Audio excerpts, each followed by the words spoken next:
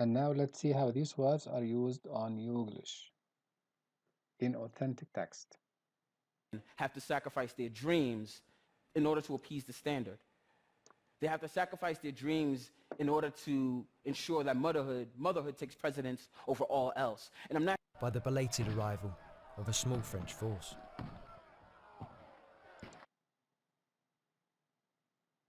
I'll start by wishing you a belated birthday. Thank you. And on the flip side, major failures of self-restraint can be calamitous. Wrong choices, wrong decisions. That's why Vietnam became one of the most calamitous front lines of the Cold War. Let me cite some examples of the biggest tax dodgers. These come from the organization American.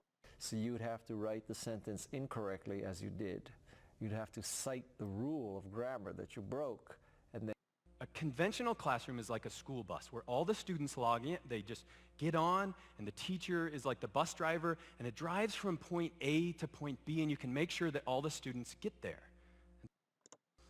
A conventional classroom is like a school bus where all the students log in, they just get on, and the teacher is like the bus driver, and it drives from point A to point B, and you can make sure that all the students get there. And so what I had done is I had given each of them a brand new car, keys, and I said, drive. And so some of them stalled out, and some of them raced ahead, and some of them drove right into a wall. And so I need to give them more scaffolding next year. The next thing I learned is the importance of reading.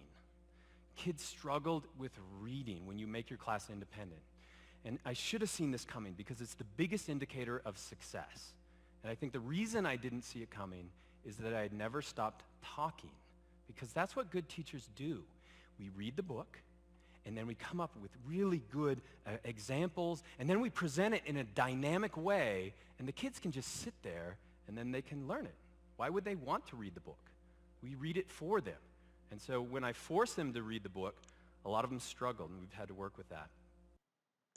Jeff talks us through his hide and decoy setup. I always believe in building hides that it is really important that you have a good background, because if the sun was to come out with no background in your hide, you will be silhouetted quite sharply, and it's amazing how much the pigeons will see that.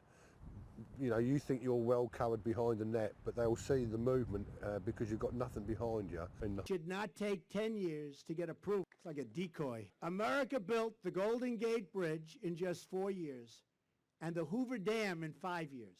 Think of that.